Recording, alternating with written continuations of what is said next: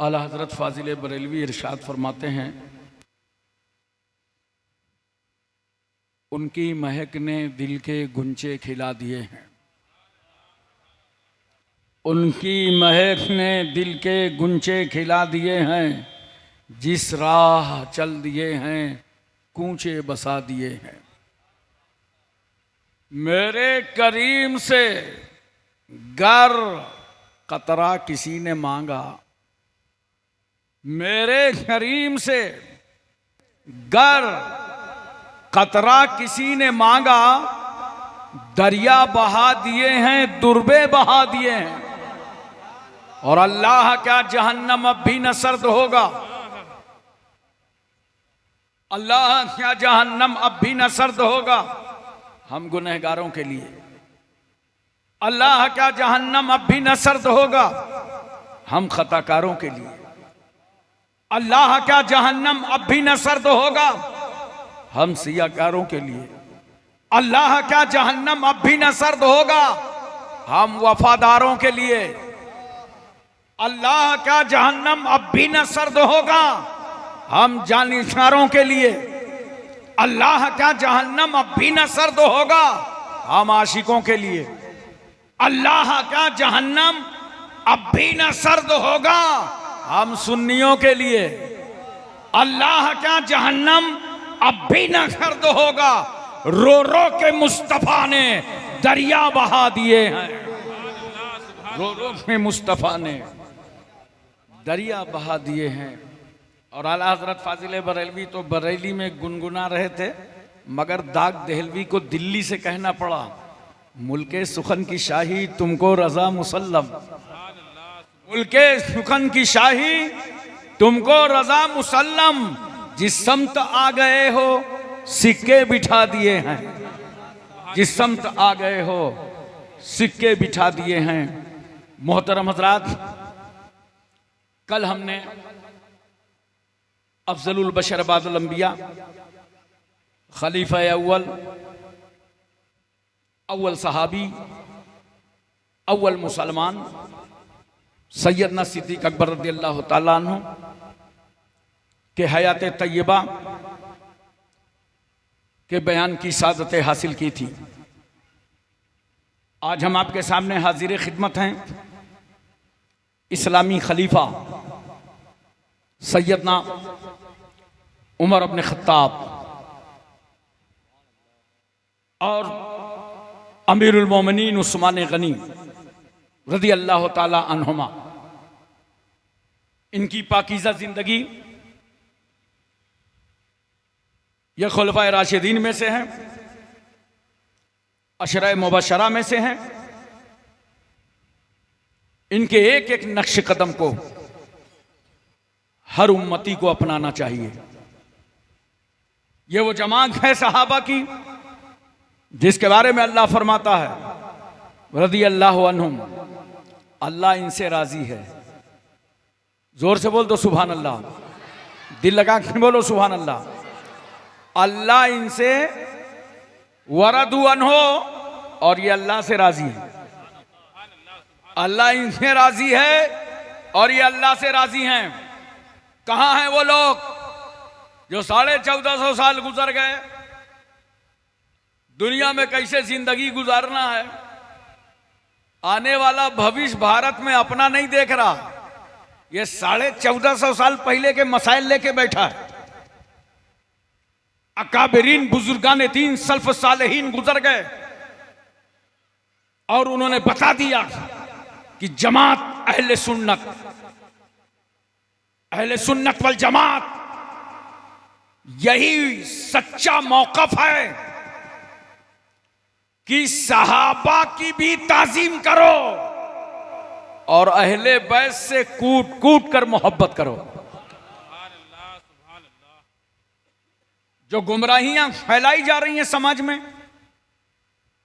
Facebook के जरिए, Instagram के जरिए, व्हाट्सएप के जरिए, जिसको देखो वही आलिम बन गया है। अब तो पढ़ने की जरूरत नहीं है, न मुताला की जरूरत है। मोबाइल लिए लिए भागते हैं, कहते हैं मोबाइल पे आ रहा है। वाह भाई वाह, और जो चाहा जिसके खिलाफ लिख दिया। इतनी आवारा गर्दी चल रही है, जिसके खिलाफ जो चाहा बोल दिया। चाहे पूरी जिंदगी उसने दीन का एक काम न किया हो, मगर दीनदारों पे उंगलियां उठाई जा रही। बात करने की, फोन करने की, तहकीक करने की तौफीक नहीं होती। बस उठाया मोबाइल, खट खट चालू हो गया, जिसके खिलाफ लिख दिया। इसलिए मैं बार बार कहता हूं, मोबाइल से दीन मत सीखो, दीन सीखो कुरान से, दीन सीखो हदीस से, दीन सीखो फिक़ा से, दीन सीखो तारीख से, दीन सीखो उसूल फिक़ा से, दीन सीखो तफसीर से, दीन सीखो इन उलमाए किराम से, दीन सीखो मुफ्तियाने किराम से। सुभान अल्लाह, सुभान अल्लाह। आप जरा तवज्जो कीजिए। सैयदना उमर इब्न खत्ताब रज़ी अल्लाह ताला अन्हु, आपका नाम उमर है, कुन्नियत अबू हफ्स है और लक़ब फारूक है। जरा बोलते रहो सुभान अल्लाह, सुभान अल्लाह, सुभान अल्लाह। ये दीनी जलसों का यही फायदा होता है। आपके वालिद का नाम खत्ताब है और मां का नाम अंतमा है। वाक़या फील के 13 साल बाद शहर मक्का में पैदा हुए और 8वीं पुश्त में आपका सिलसिला नसब सरकार दो आलम सल्लल्लाहु अलैहि वसल्लम से जा मिलता। सुभान अल्लाह, सुभान अल्लाह। मैं आप एक लम्हा की तवज्जो चाहता हूं। उमर इब्न खत्ताब की उम्र बढ़ने लगी। इधर मेरा पैगंबर शहर मक्का में इस्लाम की तबलीग कर रहा है और रसूलुल्लाह दावत दे रहे हैं, या युहन्नास कुलू ला इलाहा इल्लल्लाह तुफलिहू, ऐ लोगो अल्लाह को एक मानो तुम सब कामयाब हो जाओगे। ये ऐलान आसान ना था, आज हमें बड़ा आसान लग रहा है। जिस मक्के में घर घर में खुदा, आटा खुदा, चावल खुदा, सत्तू खुदा, जरूरत पड़ी तो खुदा ही को घोल के पी गए। ऐसे समाज में मेरा पैगंबर कह रहा है, ला इलाहा इल्लल्लाह, अल्लाह के सिवा कोई माबूद नहीं है। इस्लाम की तादाद बढ़ने लगी। तकरीबन आहिस्ता आहिस्ता 39 लोग दाखिल इस्लाम हो गए। इस्लाम बढ़ रहा है। 4 मुसलमान, 14 मुसलमान, 24 मुसलमान, 34 मुसलमान, 35 मुसलमान, 39 मुसलमान हो गए। और अरबों का एक माहौल था कि मक्के की जमीन पर अगर किसी के साथ किसी जमात में 40 आदमी हो जाएं तो वो रजिस्टर्ड बॉडी मानी जाती थी। जैसे हम लोग यहाँ ट्रस्ट बनाते हैं, सोसाइटी रजिस्ट्रेशन कराते हैं, 11 आदमी, 9 आदमी, इसी तरह अरबों के यहाँ अगर 40 आदमी हो जाएं तो बॉडी रजिस्टर्ड। 39 हो गए। मक्के वाले घबरा गए कि एक और आ गया तब तो मुसलमानों का रजिस्ट्रेशन हो जाएगा। इतना भारत में क्यों परेशान होते हो? अबे जब 39 थे तब कितना तंग कर रहे थे, आज तो घर घर में 40। तवज्जो कीजिए जरा सा। पूरी मीटिंग रख दी, और मीटिंग भी जानते हो कहां रखा? काबे में। बड़े बड़े नेता और लीडर आ गए, इस्लाम रोको, अब कोई मुसलमान ना होने पावे, अब कोई कलमा ना पढ़ने पावे। बड़े बड़े लीडर, ये तो पिद्दी पिद्दी के शुरबे हैं, समझे? इनसे बहुत खतरनाक। अबू जहल भी आ गया, तमतमाता हुआ मीटिंग में बैठ गया, अपनी अपनी राय देने लगे कि इस्लाम को कैसे रोका जाए, इस्लाम को कैसे खत्म किया जाए। उधर खुदा की रहमत मुस्कुरा रही है। मक्के वालों, मेरे महबूब के खिलाफ मेरे ही घर में उमर ने मारे जोश के नियम से तलवार बाहर निकाला। अरब के शोरमाओ, अरब के जियालो, अरब के बहादुरों, हमारी तुम्हारी खामोशी का नतीजा 45 लोग दाखिल इस्लाम हो गए। खत्ताब का बेटा अब किसी को मुसलमान ना होने देगा। फिजाओं में तलवार लहराया उमर ने, कहा जा रहा हूं रसूल सल्लल्लाहु अलैहि वसल्लम का सर कलम करने। न नबी होंगे, न नमाज होगी, न नबी होंगे, न जमात होगी, न नबी होंगे, न इस्लाम फैलेगा। उमर फिजाओं में तलवार लहरा रहे हैं, अब हम किसी को मुसलमान ना होने देंगे। खुदा की रहमत मुस्कुरा रही है, उमर तुम किसी को मुसलमान नहीं होने दोगे? चलो चलो मेरे महबूब की बारगाह चलो, अब हम तुम ही को मुसलमान करेंगे। सुभान अल्लाह, सुभान अल्लाह। उमर इब्न खत्ताब सरकार सल्लल्लाहु अलैहि वसल्लम की बारगाह आ गए। सहाबा की नजर पड़ी, जलीलुल कद्र सहाबा ईमान ला चुके हैं। अमीर हमजा जैसे सहाबी का सरकार उमर आ रहे हैं, सरकार दीन के दुश्मन आ रहे हैं, सरकार दीन के बागी आ रहे हैं। आज मेरे मुस्तफ़ा का तेवर बदल गया और नबी फरमा रहे हैं आ रहे हैं तो आने दो। अगर उमर का इरादा और नियत साफ सुथरा है तो नबी के कदमों में जगह आए, और अगर आज उमर जर्रा बराबर नियत गड़बड़ करेंगे तो उमर ही की तलवार होगी, उमर ही का सर होगा। आए उमर सरकार की बारगाह में खड़े हो गए। नबी की नजर उमर पर, उमर की नजर नबी पर। नबी मुस्कुरा के पूछ रहे हैं उमर क्या ईमान लाने की उम्र नहीं आई? ये सुनना था कि कदमे रसूल में गिरे का सरकार पढ़ा दीजिए अशहदु अल्ला इलाहा इल्लल्लाह व अशहदु अन्ना मुहम्मदन अब्दुहु व रसूलुहु। मैंने कहा उमर तलवार लेके गए थे, कहा फिर कलमा पढ़ने लगे, कहां है वो लोग जो ये कहते हैं इस्लाम तलवार से फैला है, इस्लाम ताकत से फैला है? मुझे जवाब दो। जिस वक्त उमर इब्न खत्ताब ने दारे अरकम में जाकर रसूलुल्लाह के कदमों पर कलमा पढ़ा था तो तलवार कौन लिए था? रसूल के हाथ में तलवार थी कि उमर के हाथ में? उमर तलवार भी लिए, मुसलमान भी हो रहे हैं, तलवार भी लिए, कलमा भी पढ़ रहे हैं, तलवार भी लिए, गुलामी इख्तियार कर रहे हैं। मैंने कहा उमर आपकी तलवार का तो बड़ा चर्चा शोहरा था, नबी के सामने ये कमजोर कैसे पड़ गई? कहा ये लोहे की तलवार थी, नबी के अखलाक की तलवार का मुकाबला ना कर सकी। मेरी तलवार टुकड़े टुकड़े हो गए, इसलिए मैं कहता हूं दुर्ग वालों अखलाक पेश करो।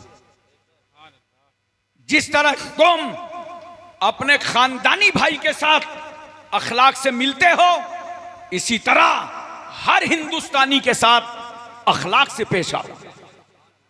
पूरा इस्लाम अखलाक से फैला है। उमर कलमा पढ़ के मुसलमान हो गए। एक जुमला नजर करता हूं, अब तो 40 तादाद हो गई।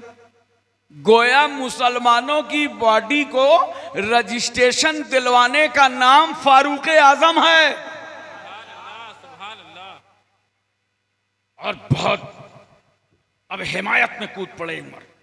क्यों? उमर को अल्लाह से रसूल ने मांगा था, तवज्जो चाहता हूं, और कहा था अल्लाहुम्मा अय्यिज़िल इस्लामा बे उमर अब्निल खत्ताब खासा। अल्लाह खास तौर से उमर के जरिए इस्लाम को इज्जत अता फरमा। लेकिन हिंदुस्तान वालों बड़े खुश नसीब हो, रसूलुल्लाह ने उमर को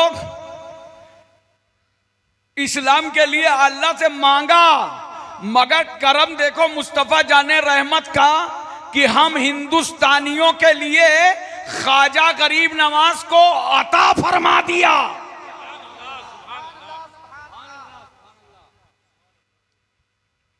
हजरत उमर वो आशिकाना अंदाज मुस्तफा के साथ। बिश्र नामी एक मुनाफिक था और एक यहूदी, दोनों का लफड़ा हो गया। बाग में पानी ले जाना था तो बिश्र दौड़ा दौड़ा आया पानी के लिए। मुसलमान जो अपने को बन रहा था बिश्र मुनाफिक, उसने कहा नहीं यहूदी से पानी में ले जाऊंगा, मुझे ले जाने दो। तो जो मुसलमान था उसने कहा नहीं चलो चलो सरकार सल्लल्लाहु अलैहि वसल्लम से फैसला करवा ले। वो जैसा फैसला करेंगे मान लेंगे। अबे वो भारत नहीं था कि अपनी ही पार्टी की सुनी जाएगी, वो मुस्तफा का दरबार था, वहां इंसाफ होना था। यहूदी राजी हो गया, कहा चलिए नबी से बेहतर फैसला कौन करेगा। सरकार सल्लल्लाहु अलैहि वसल्लम ने दोनों का जायजा लिया। उसके बाद पैगंबर ने फैसला फरमा दिया कि पानी यहूदी ले जाएगा। अब वहां से जो मुसलमान बन के गया था, दरबार रिसालत माप सल्लल्लाहु अलैहि वसल्लम से निकलने के बाद उसने उसका हाथ पकड़ा, कहा इधर आओ।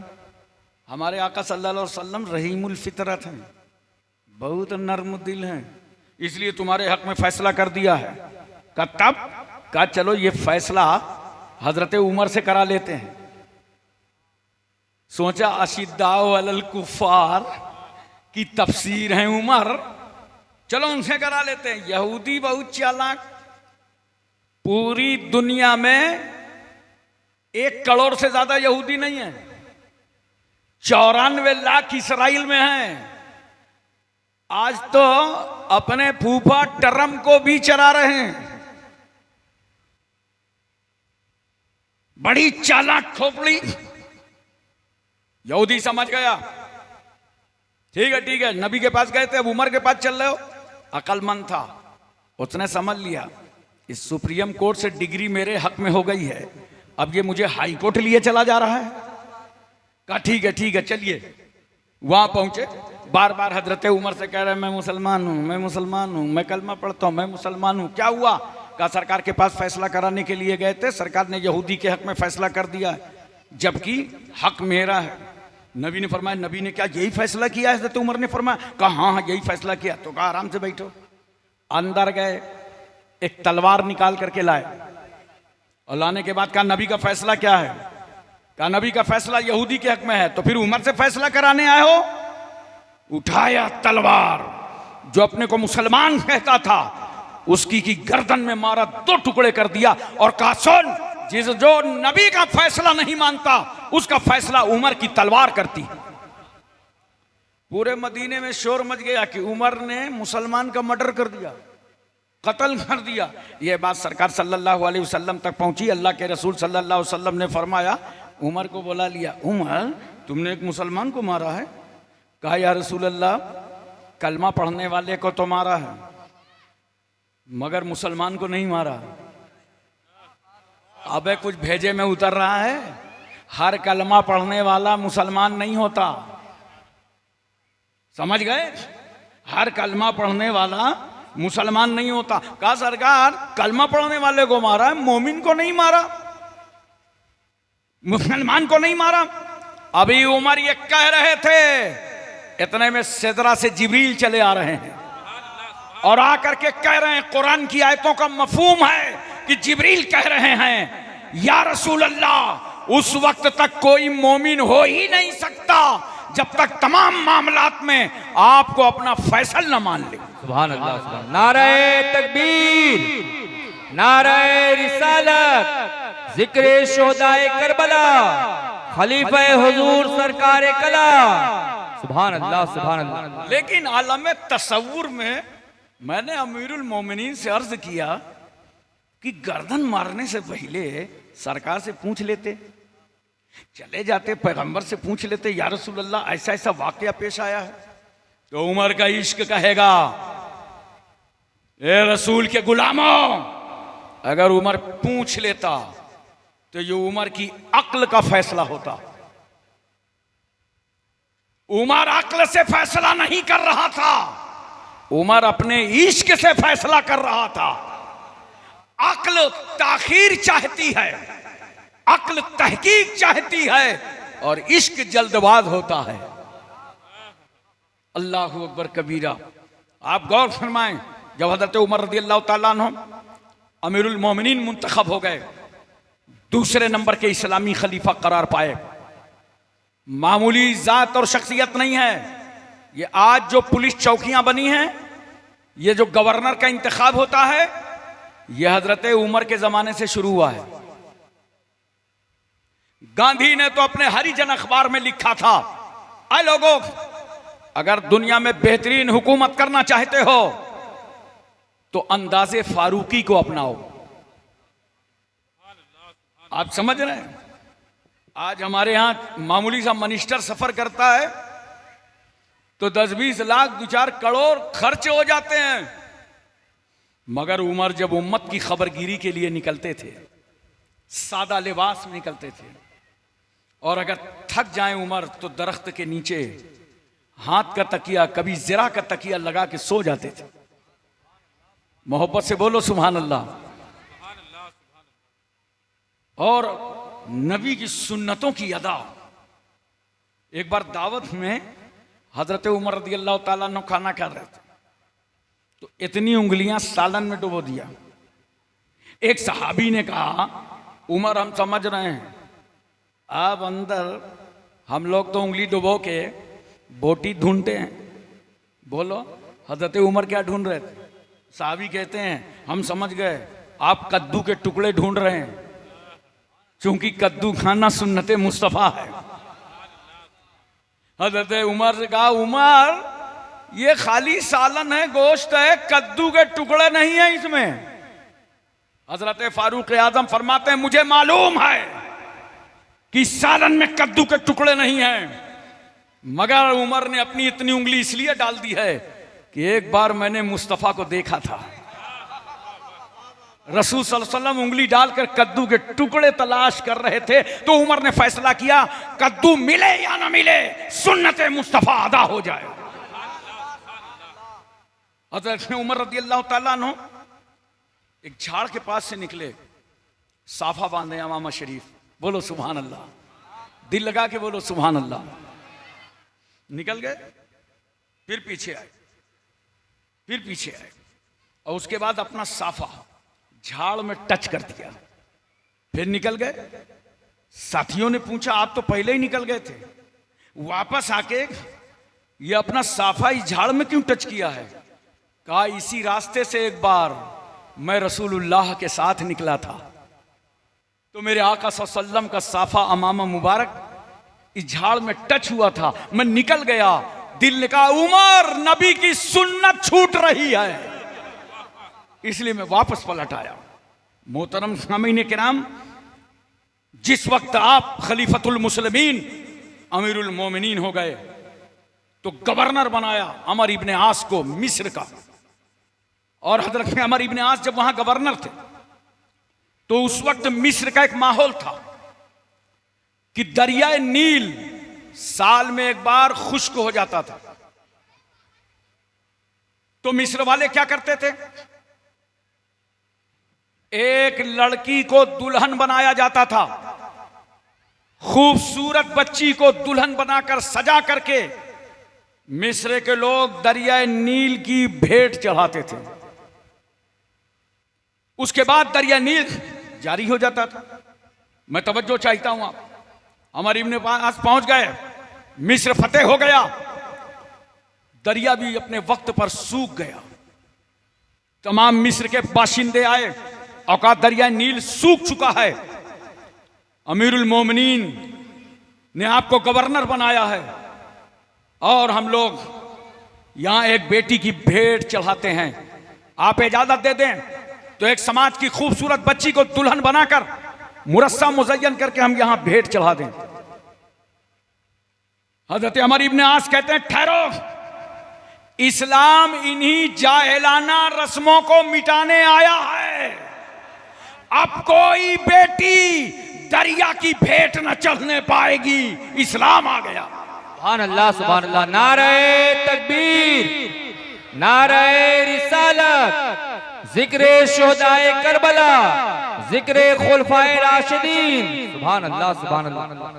हजरत अमर इब्ने आस ने खत लिखा हजरत उमर को कि ऐसा ऐसा वाकया है। हजरत उमर ने जवाब लिखा, मिस्र के गवर्नर तुमने जवाब बिल्कुल सही दिया है, कभी अब कोई बेटी भेंट न चढ़ेगी। और एक खत लिख दिया, कहा इस खत को जाके दरिया नील में डाल देना।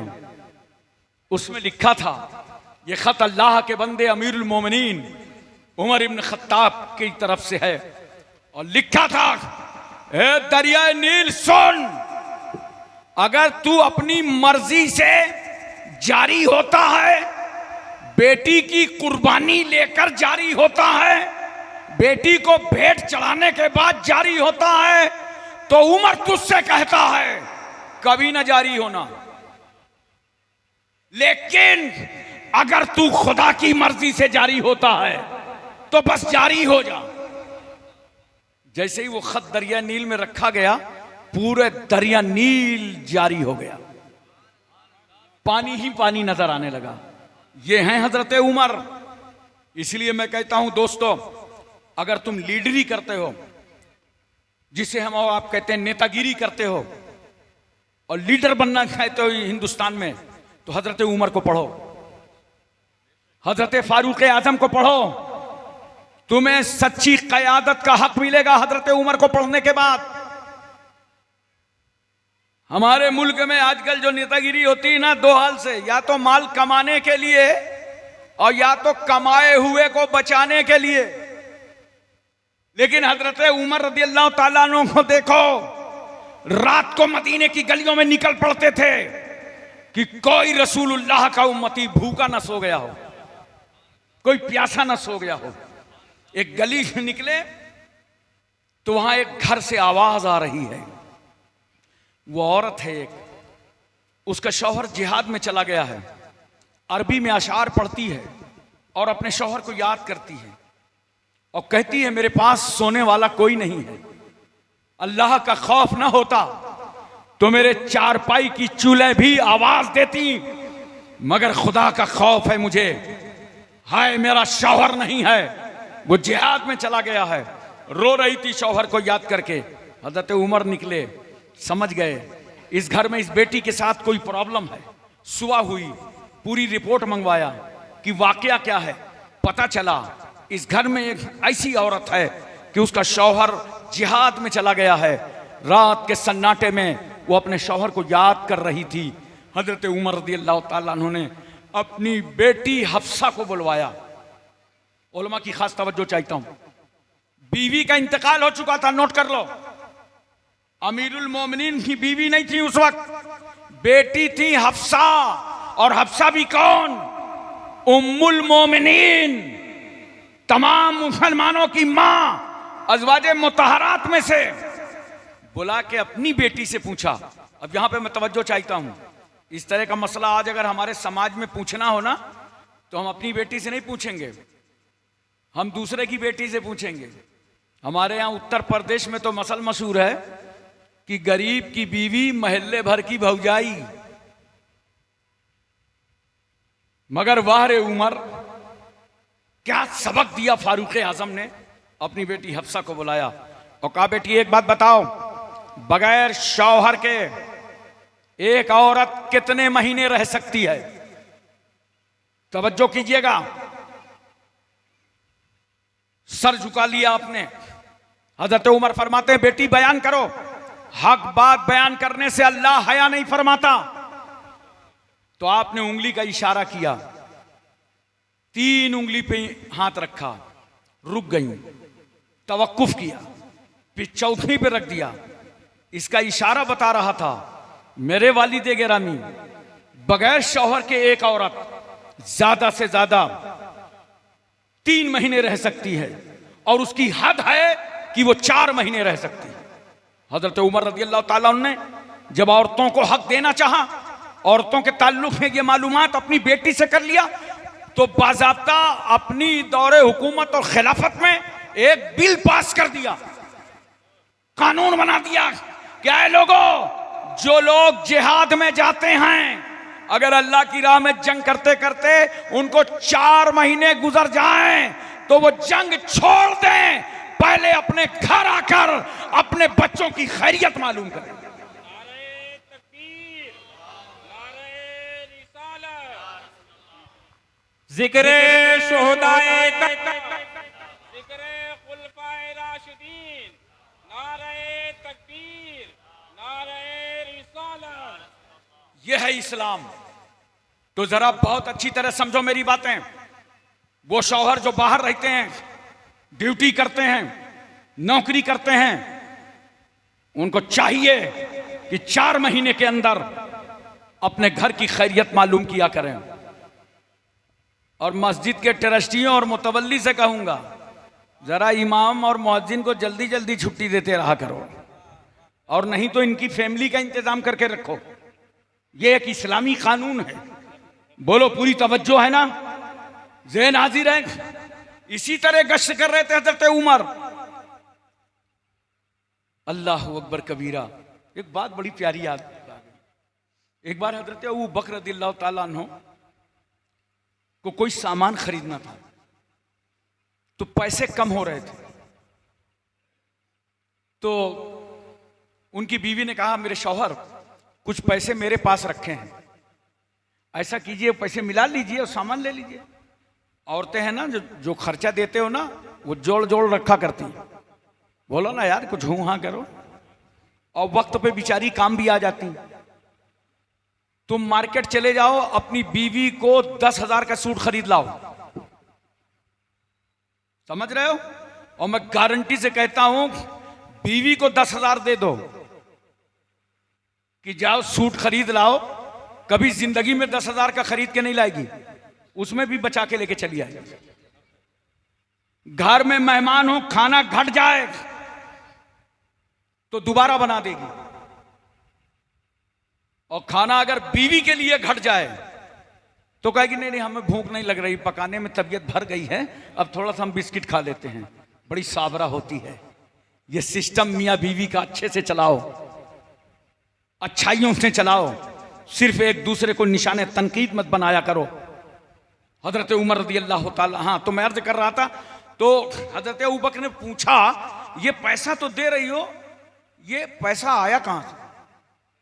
तो कहा अमीरुल मोमिनीन जो आपको वजीफा मिलता है बैतुल माल से, जो आप घर के खर्च के लिए देते हैं, उसमें से मैं थोड़ा थोड़ा बचा लेती हूं, तवज्जो चाहता हूं, थोड़ा थोड़ा बचा लेती हूं। तो हजरत अबू बकर सिद्दीक की आंखों में आंसू आ गए और वो ज़ारो कतार रोने लगे और कहते हैं अल्लाह मुझे माफ करना, क्या मैं बैतुल माल से वजीफा ज्यादा ले रहा हूं? मेरा खर्चा तो कम में चल रहा था, ये मेरे घर में पैसा कैसे बच गया? ये थी खुलफाए राशिदीन की जिंदगी, ये था समाज का सिस्टम चलाने का। हजरत उमर निकले गश्त करने के लिए फिर मदीने शरीफ में, तो क्या देखा? एक घर से आवाज आ रही है कि दूध में पानी मिला दो, और वहीं एक आवाज आती है मां पानी मत मिलाना, हमने अमीरुल मोमिनीन के नाम पे अहद किया है, उनके हाथों पे बैअत की है, ये गुनाह का काम मत करना। अच्छा आप लोग भी तो दूध में पानी मिलाते होगे यार, जो लोग दूध का धंधा करते। हमारे यहां इंडिया में तो अजब हाल है, पहले लोग दूध में पानी मिलाते थे, अब पानी में दूध मिलाते हैं।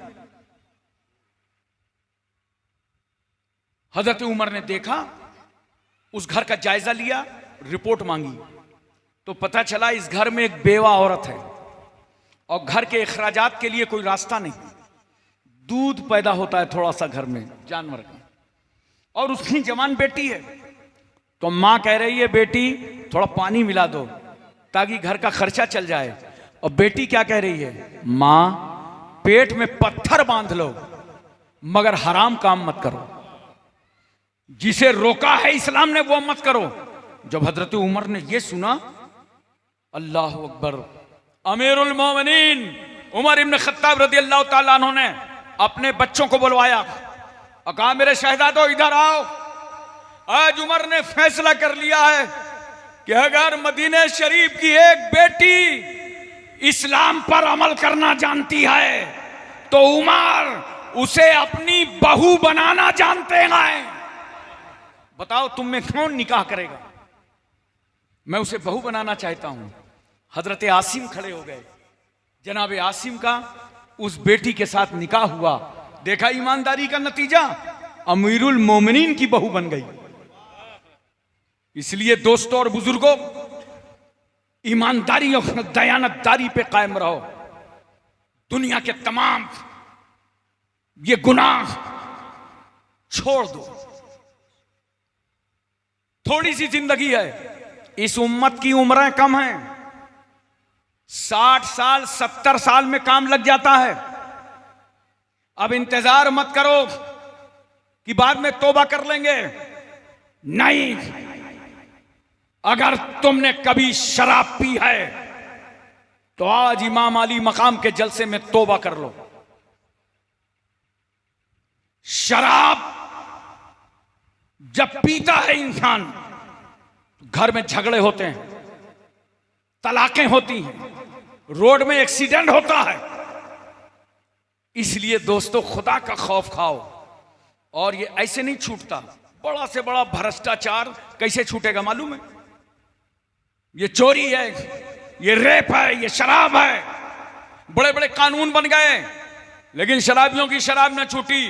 मैं एक कानून बताता हूं, ये सारे गुनाह छूट सकते हैं। दिलों में अल्लाह का खौफ उतार लो, खुदा का खौफ उतार लो।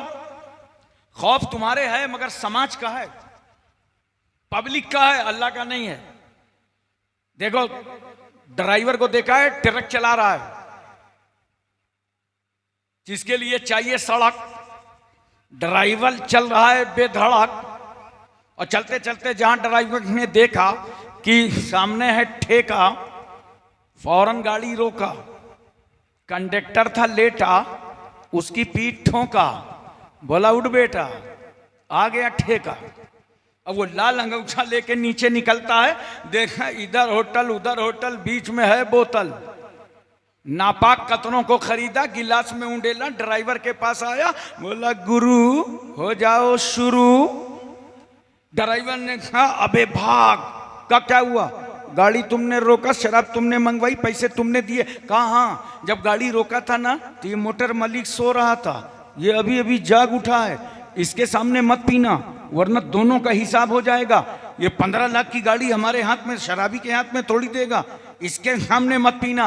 अब मैं बताओ, मोहब्बत में मुझे दुर्ग वालों, एक मामूली सा ड्राइवर जिसको अपने मोटर मालिक से 15,000 रुपए महीने की तनख्वाह लेना था, उसने शराब छोड़ दी, उसने गिलास फेंक दिया।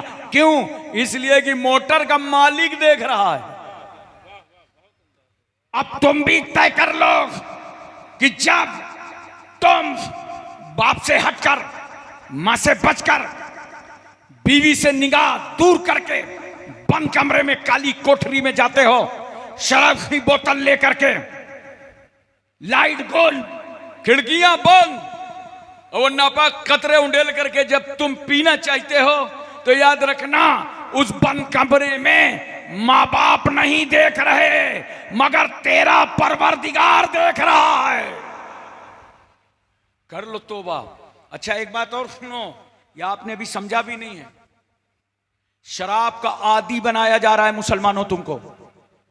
पूरी दुनिया जानती है कि ये निहत्ता है, इसके पास कुछ नहीं है, मगर एक चीज है, अगर कहीं अपनी तोतली जुबान से खुदा की बारगाह में दुआ कर देगा तो अल्लाह इसकी दुआ को सुन लेगा। इसलिए तुम्हारी जुबानों की बरकतें छीनी जा रही हैं। मैं साउथ अफ्रीका गया हुआ था, एक साहब बोले चलिए इंडियन होटल ले चलते हैं। मैंने कहा भाई मैं होटल जाता नहीं हूँ। बोले नहीं आइए देख के चले आइए। बैठे जाकर के मेज में, तो सामने के मेज में 2 अंग्रेज आए, बैठ गए। तो हमारे यहाँ जैसे इंडिया में होता है ना, जैसे होटल में जाओ तो क्या कहते हैं, छोटू कपड़ा मार पानी ला। वैसे ही 2 अंग्रेज आए, तो आते ही उसने ला करके शराब की बोतल रख दी। तो उन अंग्रेजों ने एक एक घूंट पिया और पी करके छोड़ दी। उनका मकसद शराब नहीं पीना था, उनका मकसद था जो पीने वाले हैं, होटल में आने वाले हैं, वो समझ जाएं कि भाई शराब बहुत अच्छी चीज है, देखो अंग्रेज पीता है, ये फैशन है, तो थोड़ी तुम भी पी लिया करो। और ये इंडिया के लोग तो आदत डलाने के लिए एक ढक्कन पी रहा था, ये सोचेंगे पैसे पूरे दिए हैं,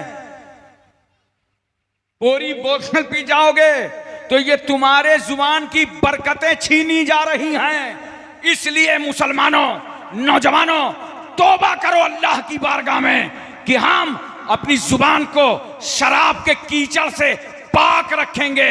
जब ये कीचड़ से पाक रखोगे तब तेरी दुआ तेरा परवरदिगार सुनेगा।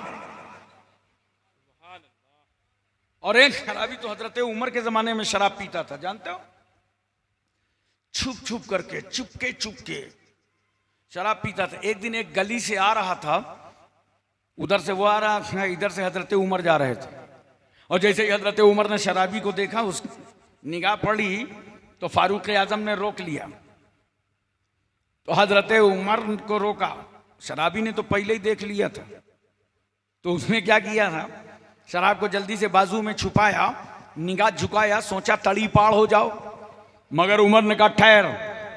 मैंने कहा शराबी तुझको क्या हो गया? वही रूट, वही रास्ता, वही गली, और हजरत उमर से बचने की कोशिश करता है। वो फारूक आजम जिनकी नजरों से सारिया का लश्कर न बचा हो, तू उसी रोड में बचना चाहता है। रुक गया। हजरत उमर फरमाते ये बगल में क्या है? कहा कुछ नहीं। अरे कुछ नहीं तो छुपाया क्यों? कहा ये तो दूध है। हजरत उमर फरमाते नहीं, तेरे चेहरे की परेशानी तो कुछ और बता रही है। अबे चोर का दिल कितना।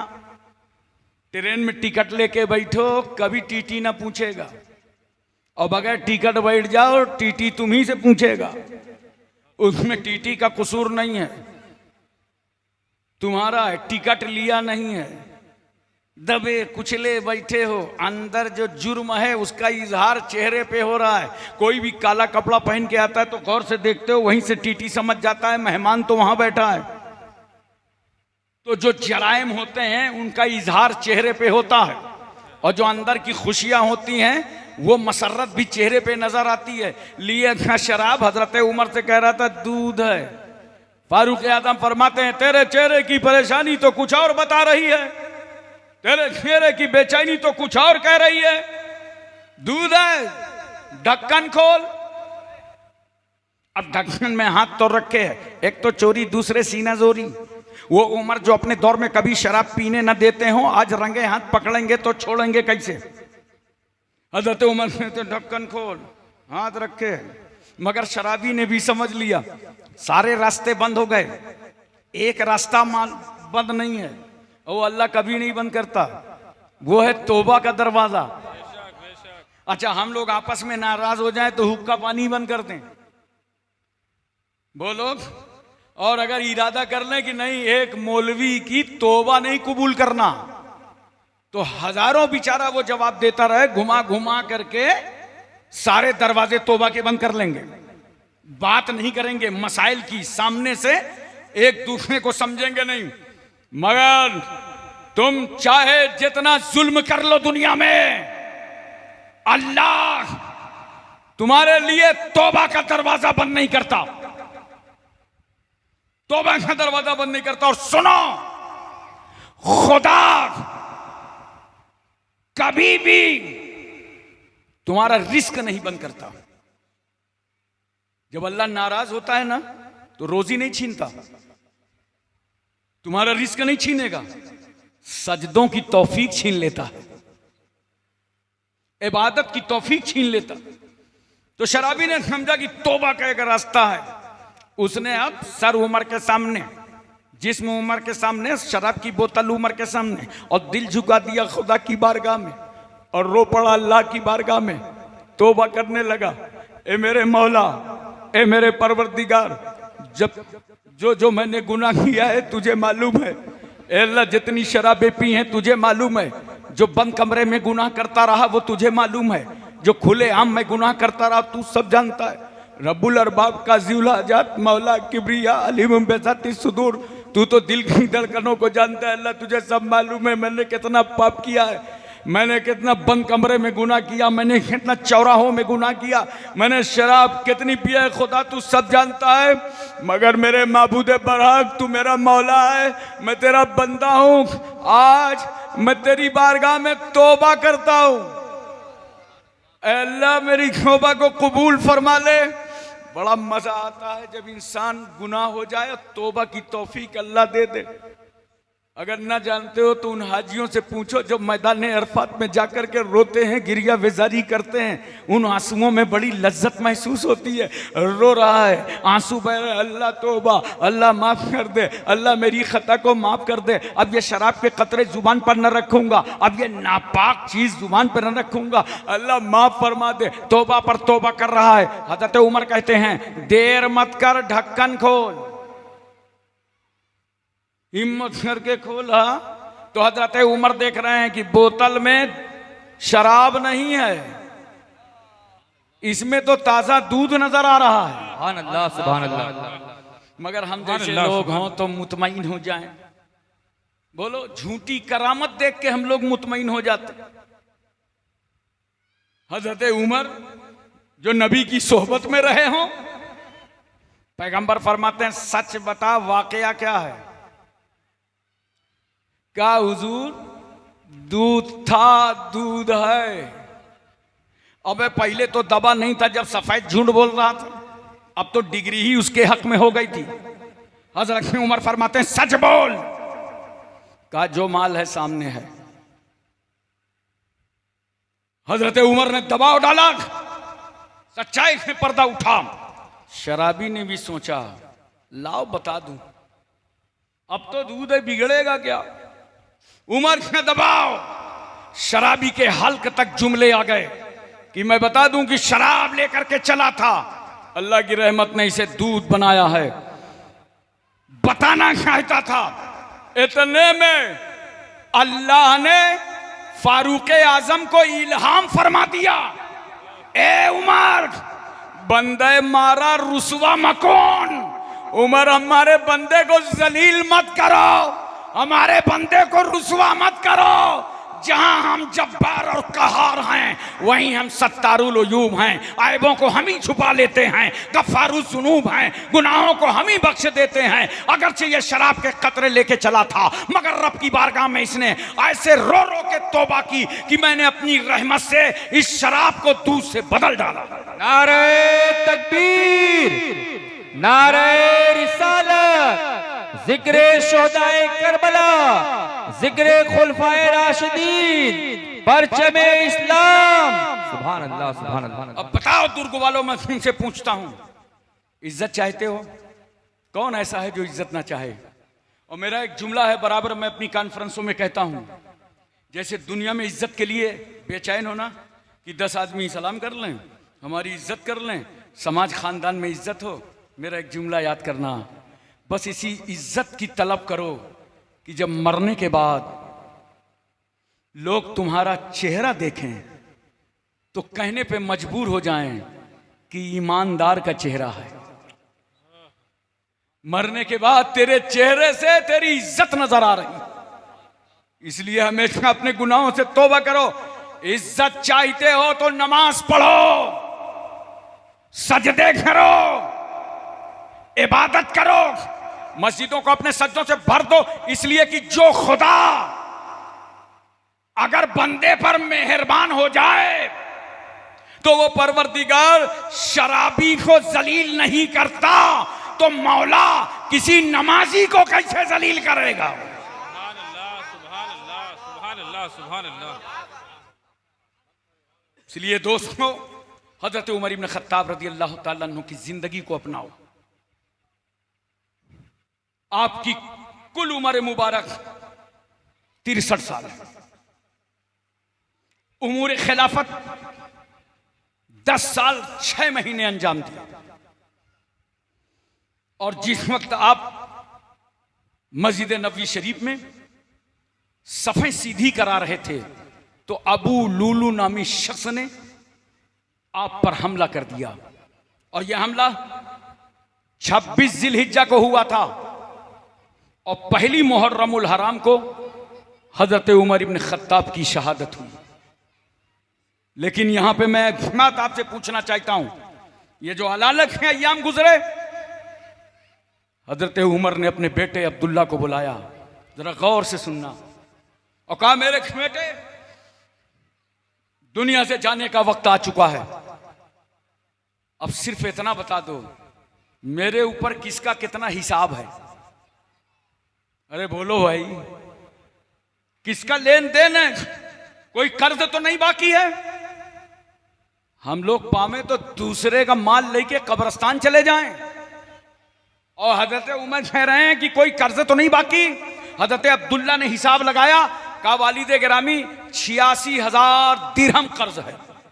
अल्लाह अकबर, अमीरुल मोमिनीन, बैतुल माल के मालिक, और इंतकाल के वक्त 86,000 दिरहम कर्जा। सोच सकते हो? तवज्जो कीजिए। तो आप क्या फरमाते हैं? बेटा मेरे माल से इस कर्ज को अदा कर देना, और अगर मेरा माल पूरा ना पड़े तो बनी अदी से ले लेना, कर्जा अदा कर देना। अगर वहां से भी पूरा ना पड़े तो कुरैश से ले लेना और यह कर्जा अदा कर देना। इसलिए मुसलमानों, मरने से पहले अपनी जिंदगी का हिसाब कर लिया करो। किसी का लेन देन तो नहीं है, किसी का कर्जा तो नहीं बाकी है, किसी को कुछ लेके बैठ तो नहीं गए हो। हिसाब करके साफ सुथरे जाओ। यह हजरत उमर अपनी जिंदगी से बता रहे हैं और इस उम्मत को सबक सिखा रहे हैं। फिर हजरत अब्दुल्ला से कहा कि हजरत आयशा सिद्दीका के पास जाओ और कह दो कि उमर इब्न खत्ताब रसूल सल्लल्लाहु अलैहि वसल्लम के पहलू में आराम करना चाहते हैं। गुंबद खजरा में एक जगह वाक़ई थी, वो हजरत आयशा ने अपने लिए रखा था। जनाब आयशा कहती हैं अब्दुल्ला से, वो जगह तो मैंने अपने लिए रखा था, मगर मैं उमर को तरजीह देती हूँ, अमीरुल मोमिनीन को वहाँ दफन किया जाए। इस तरह हजरत उमर रदियल्लाहु ताला अन्हु की भी मज़ार अक़दस गुंबद खजरा में है। ये 3 मुक़द्दस और मुतबर्रक हस्तियों का आस्ताना है गुंबद खजरा। सुभान अल्लाह, सुभान अल्लाह। मोहतरम सामीन किराम, हजरत उस्मान गनी रदियल्लाहु ताला अन्हु इस्लामी खलीफा बने। आपका नाम उस्मान है, कुन्नियत अबू उमर है, लक़ब ज़ुन्नूरैन है। वाक़या फील के 6 साल बाद पैदा हुए और 5वीं पुश्त में 7वीं पुश्त में आपका सिलसिला नसब हुजूर सल्लल्लाहु अलैहि वसल्लम के शजरे मुबारक से जा मिलता है।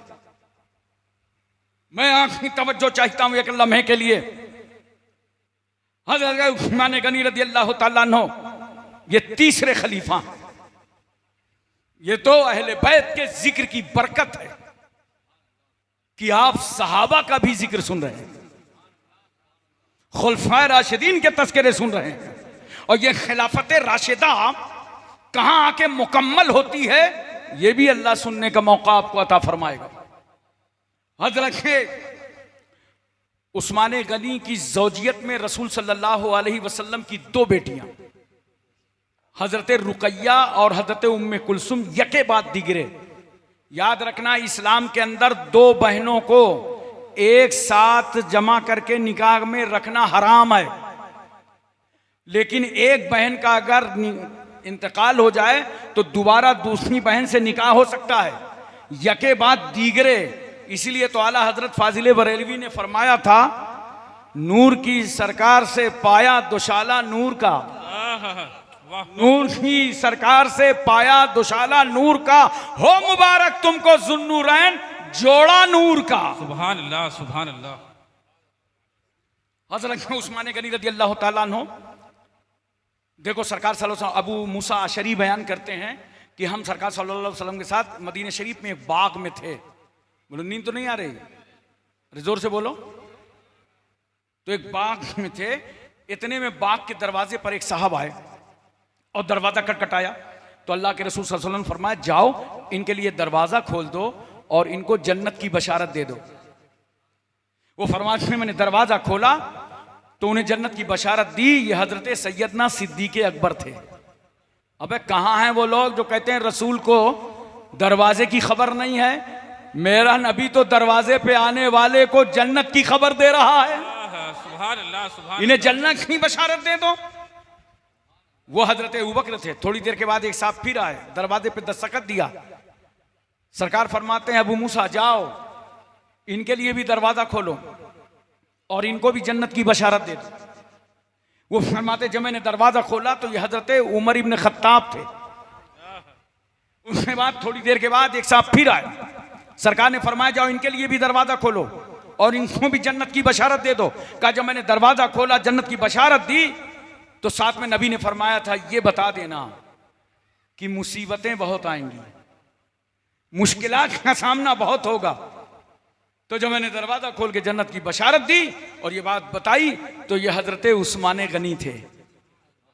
और जब मैंने कहा मुसीबतें आएंगी, मुश्किलें आएंगी, तो आपने फरमाया था अल्लाहुल मुस्तान, अगर मुश्किल आएगी तो अल्लाह ही से मदद तलब की जाएगी। सुभान अल्लाह, सुभान। इसलिए लोगों अपनी मुश्किलों में, अपनी मुसीबतों में खुदा से मदद तलब किया करो। अल्लाह तुम्हारा सच्चा मददगार है, बेशक तुम्हारी मदद फरमाएगा।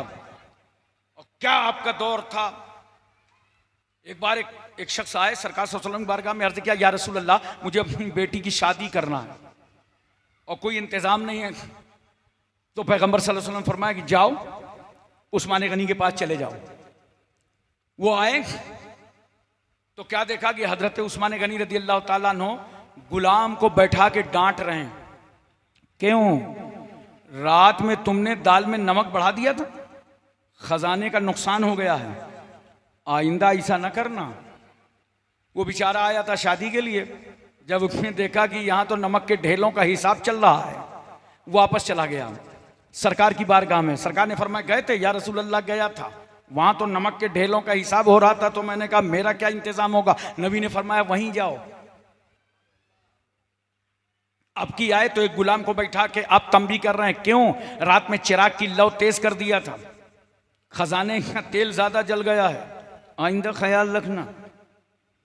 उसने देखा कहा यहां तो चिराग की लौ का हिसाब हो रहा है, फिर वापस चला गया सरकार की बारगाह में। सरकार फरमाते गए थे? या रसूल अल्लाह गया था, वहां चिराग की लौ का हिसाब हो रहा था। नबी फरमाते हैं तुम अपनी बात करो। अब उसने सोच लिया आपकी चाहे जितना बड़ा हिसाब चल रहा हो, मैं अपना ही प्रोग्राम रखूंगा।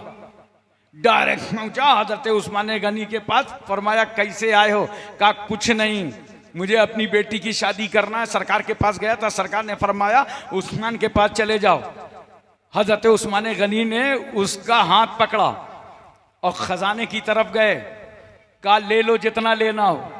वो हैरान है कि अभी नमक और लौ का हिसाब हो रहा है, अब कह रहे हैं जितना चाहो ले लो। चेहरा देख रहा है। हजरत उस्मान फरमाते हैं सुनो, तुमको तो खजाने के मालिक ने भेजा है। वाह वाह वाह, सुभान अल्लाह सुभान अल्लाह।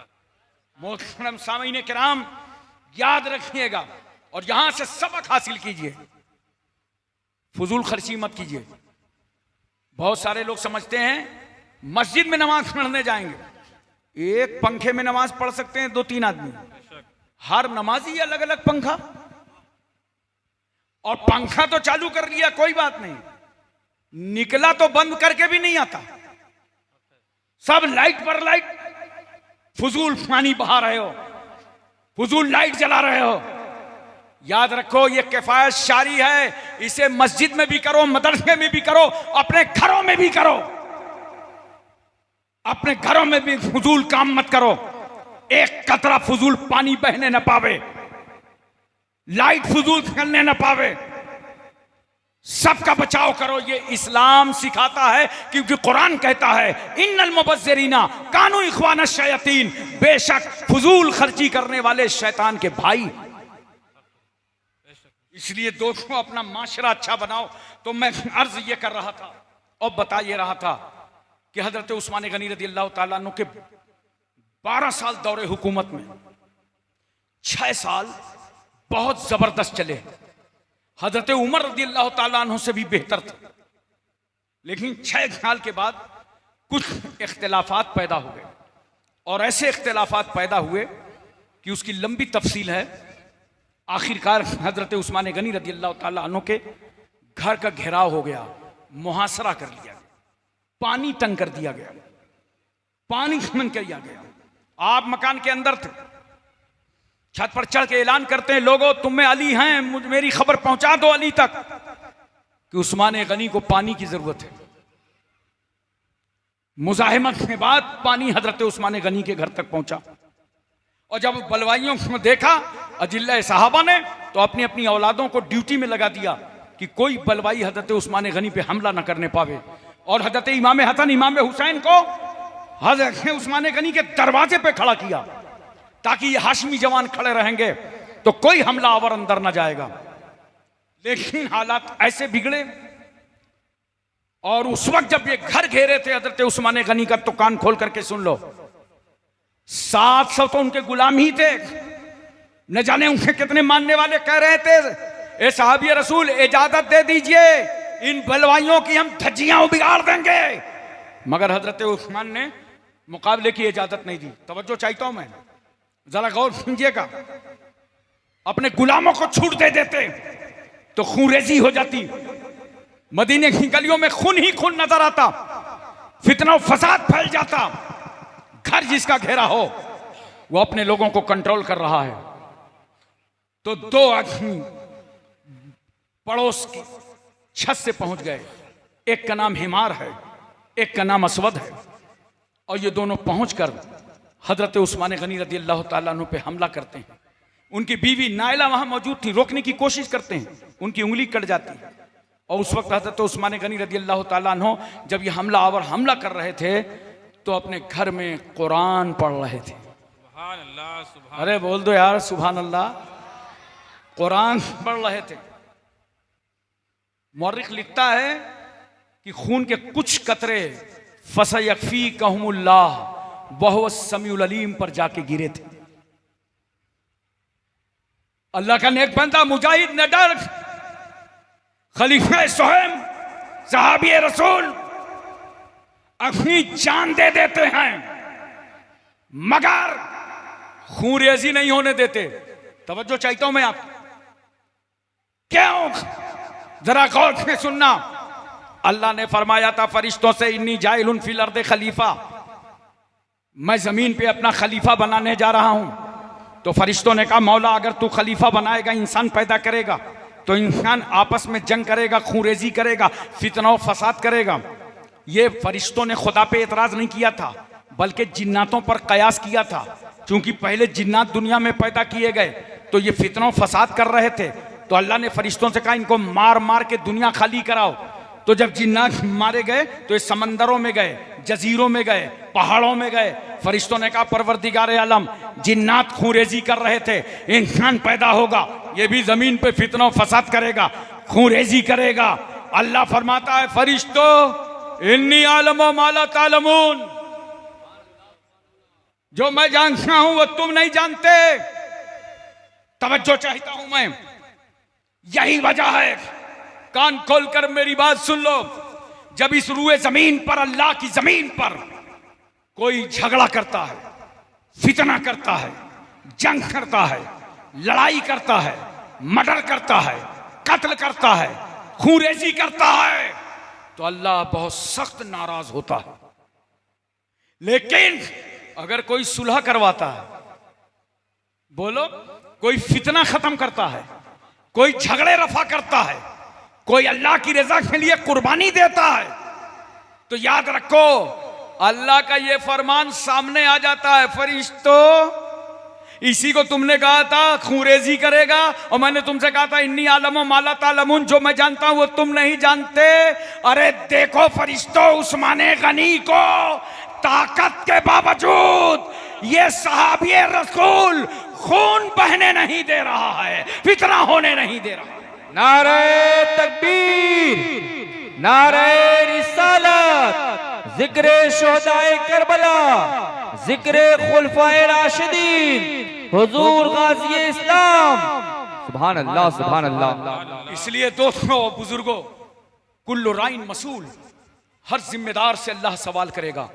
अगर तुम्हारे माम घर में, महल्ले में मियाँ बीवी का झगड़ा हो, उस फितने को मत बढ़ाओ, चार आदमी बैठ के इंसाफ कर दो। किसी का बच्चा नाफरमान हो, बैठ करके उस घर को टूटने से बचा लो। मियाँ बीवी में तलाक होने वाली हो, उन दो दिलों को जोड़ दो। अगर आपस में जंग हो रही हो, खानदान खानदान लड़ रहे हो, फितना फसाद हो रहा हो, तो उसमें सुलह करा दो। ये तुम्हारी कमजोरी नहीं है, ये तुम पर खुदा की रहमत है। सुभान अल्लाह, सुभान अल्लाह तुम्हारे इस अमल से बहुत खुश होता है, अल्लाह तुम्हारे इस अमल से बहुत राजी होता है। और एक बात मैं और अर्ज करना चाहता हूं, जब पता चल गया हजरत उस्मान गनी की शहादत हो गई तो मौला अली शेर खुदा आए और आपने हसनैन करीमैन पर सख्त नाराज हुए और फरमाया कैफा कुतिला अमीरुल मोमिनीन वांतुम अलल बाब, अमीरुल मोमिनीन कैसे कत्ल कर दिए गए, तुम लोग तो दरवाजे पे खड़े थे। तो दोनों शहजादों ने बताया कि कातिल जो है पड़ोस के मकान से आया था। हजरत उस्मान गनी ने कुरान पढ़ते पढ़ते अपनी जान अरहमुर राहिमीन के हवाले कर दिया। तभी तो मैं कहता हूं यार, जवानी है, थोड़ा बुढ़ा गए हो, अब कुरान पढ़ लो, इस उम्र में पढ़ लो। उन कैदी मुसलमानों से पूछो जो जेल चले जाते हैं, कुरान नहीं पढ़े, उनका टाइम तक नहीं कटता। और जो कुरान पढ़े हैं वो कहते हैं यार ये जिक्र तो घर में करने को नहीं मिल रहा था, जो तिलावत का मजा जेल में आ रहा है। क्या परेशानियां आती हैं, तिलावत के जरिए तुम्हें सुकून मिलता है। पढ़ लो कुरान, दोस्ती पैदा करो इन उलमा से, अइम्मा से ताल्लुकात बनाओ, टाइम निकाल कर अब भी कुरान पढ़ लो। तुम्हारी जरूरतों पर जब हालात खराब होंगे, माहौल बिगड़ेगा, परेशानियों से दो चार होगे, तो तिलावत कुरान पाक से तेरा दिल और दिमाग ताज़ा तरीन नजर आएगा। इसलिए कुरान को पढ़ो। हजरत उस्मान गनी रज़ी अल्लाह ताला अन्हु की उम्र मुबारक 82 साल की थी। आपकी नमाज जनाजा हजरत जुबैर ने पढ़ाई और आपका मज़ार अक़दस जन्नतुल बकी में। अल्हम्दुलिल्लाह 2000 में मैं गया था मदीने शरीफ।